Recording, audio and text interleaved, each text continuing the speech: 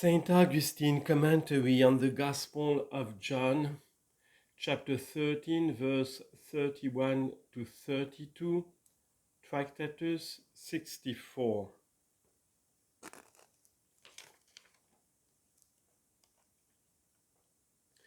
It becomes us, dearly beloved, to keep in view the orderly connection of our Lord's words. For after having previously said, but subsequently to Judas' departure, and his separation from even the outward communion of the saints, now is the Son of Man glorified, and God is glorified in him.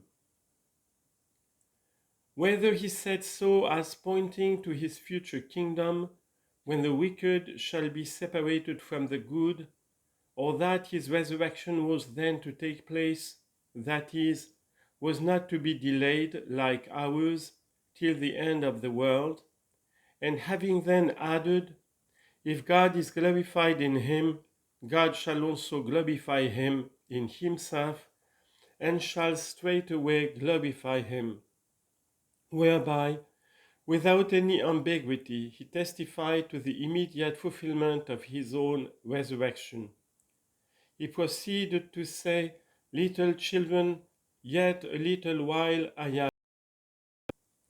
To keep them therefore from thinking that God was to glorify him in such a way that he would never again be joined with them in earthly intercourse, he said, yet a little while I am with you. As if he had said, straightway indeed I shall be glorified in my resurrection. And yet I am not straightway to ascend into heaven, but yet a little while I am with you. For, as we find it written in the Acts of the Apostles, he spent 40 days with them after his resurrection, going in and out, and eating and drinking. Acts chapter 1, verse 3. Not indeed that he had any experience of hunger and thirst, but even by such evidences confirmed the reality of his flesh, which no longer needed, but still possessed the power to eat and to drink. Was it then these 40 days he had in view when he said, yet a little while I am with you, or something else? For it may also be understood in this way, yet a little while I am with you. Still, like you, I also am in this state of fleshly infirmity, that is, until he should die and rise again. For after he rose again, he was with them, as has been said, for 40 days in the full manifestation of his bodily presence, but he was no longer with them in the fellowship of human infirmity. There is also another form of his divine presence unknown to moral senses, of which he likewise says, lo, I am with you always, even to the end of the world. Matthew chapter 28, verse 20. This at least is not the same as, yet a little while I am with you. For it is not a little while until the end of the world. Or if even this is so, for time flies and 1,000 years are in God's sight as one day, or as a watch in the night. Psalm 90, verse 4. Yet we can believe that he intended any such meaning on this occasion, especially as he went on to say, you shall seek me, and as I said unto the Jews, whither I go, you can come.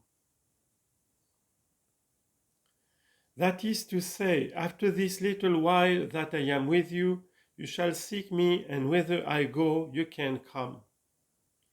Is it after the end of the world that, whither he goes, they will not be able to come? And where, then, is the place of which he is going to say a little after, in the same discourse, Father, I will that they also be with me where I am? Chapter 17, verse 24. It was not then of that presence of his with his own which he is maintaining with them until the end of the world that he now spoke when he said, "Yet a little while I am with you," but either of that state of mortal infirmity in which he dwelt with them till his passion, or of that bodily presence which he was to maintain with them up till his ascension. Whichever of these anyone prefers, he can do so without being at variance with the faith. That no one, however, may deem that sense inconsistent with the true one, in which we say that the Lord may have meant the communion of mortal flesh, which he held with the disciples till his passion, when he said, "Yet a little while I am with you." Let those words also of his after his resurrection, as found in another evangelist, be taken into consideration when he said, "These are the words which I spoke unto you while I was yet with you." Luke chapter 24, verse 44. As if then he was no longer with them, even at the very time that they were standing by, seeing, touching, and talking with him. What does he mean then by saying, "While I was yet with you," but while I was yet in that state of mortal flesh wherein you still remain? For then indeed he had been raised again in the same flesh, but he was no longer associated with them in the same mortality. And accordingly, as on that occasion, when now clothed in fleshly immortality, he said with truth, "While I was yet with you," to which we can attach no other meaning than, "While I was yet with you in fleshly mortality," so here also, without any absurdity, we may understand his words, "Yet a little while I am with you," as if he had said, "Yet a little while I am mortal like yourselves." Let us look then at the words that follow. "You shall seek me, and as I said unto the Jews, whither I go, you can't come, so say I to you now." That is, you can't come now. But when he said so to the Jews, he did not add the now. The former, therefore, were not able at that time to come where he was going, but they were so afterwards, because he says so a little afterwards in the plainest terms to the Apostle Peter. For on the latter inquiring, "Lord, whither do you go?" he replied to him, "Whither I go you can't follow me now, but you shall follow me afterwards." Verse 36. But what it means is not to be carelessly passed over. For whither was it that the disciples could not then follow the Lord, but were able afterwards? If we say to death, what time can be discovered when any one of the sons of men will find it impossible to die, since such in this perishable body is not the lot of man, that therein life is not a whit easier than death? They were not, therefore, at that time less able to follow the Lord to death, but they were less able to follow him to the life which is deathless. For thither it was the Lord was going, that, rising from the dead, he should die no more, and death should no more have dominion over him. Romans chapter 6, verse 9. For as the Lord was about to die for righteousness' sake, how could they have followed him now, who were as yet unripe for the ordeal of martyrdom?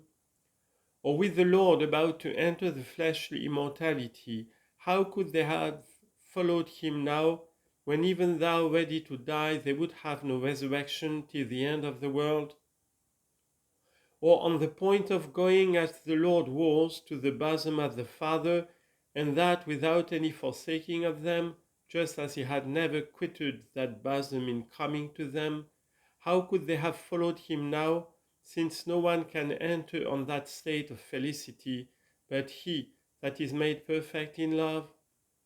And to show them, therefore, how it is that they may attain the fitness to proceed where he was going before them, he says, "A new commandment I give unto you, that you love one another." Verse 34.